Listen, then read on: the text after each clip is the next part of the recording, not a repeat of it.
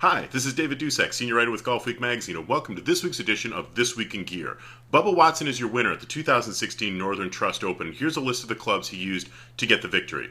For a driver, he used a Ping G, a 9 degree that's been bent to 8.5 degrees, with a Grafaloy Bi-Matrix Tour prototype shaft.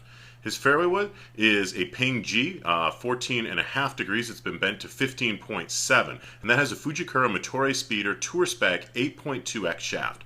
His irons are Ping S55, a 2-iron, along with a 4-through pitching wedge. All those have True Temper Dynamic Gold X100 shafts.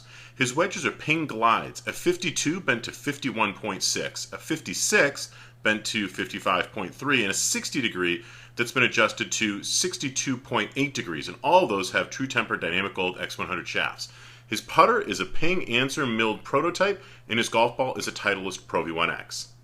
Before the start of the Northern Trust Open, where he finished in 4th place, Dustin Johnson made some pretty interesting equipment changes at Riviera. First, it was his driver. He took out his TaylorMade M1 driver and he put in a TaylorMade M2 driver. Then he moved into his irons. For the first time in about 2 years, Dustin Johnson put in a new set of irons, taking out his TaylorMade Tour Preferred MBs and putting it in their place new TaylorMade PSI Tours. Now the PSI Tour is forged from 1025 carbon steel for a soft feel and has really minimal offset and a very thin top line.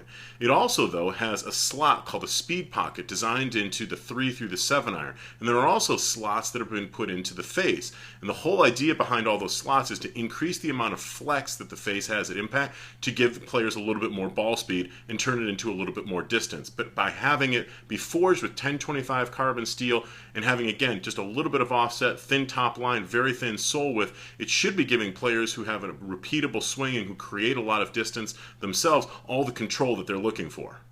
And finally, after playing in Dubai, Rory McIlroy said that he had trouble turning the ball over from right to left and basically hitting a draw. So he went home and he did some minor adjustments to his Nike Vaporfly Pro driver, and he increased the loft in that driver from 8.5 degrees of loft to 9.5 degrees of loft. By increasing the loft slightly, he also was able to shut the face angle just a little bit, and that was going to help him to close the face at impact a little more effectively and to be able to get the shot shape that he was looking for.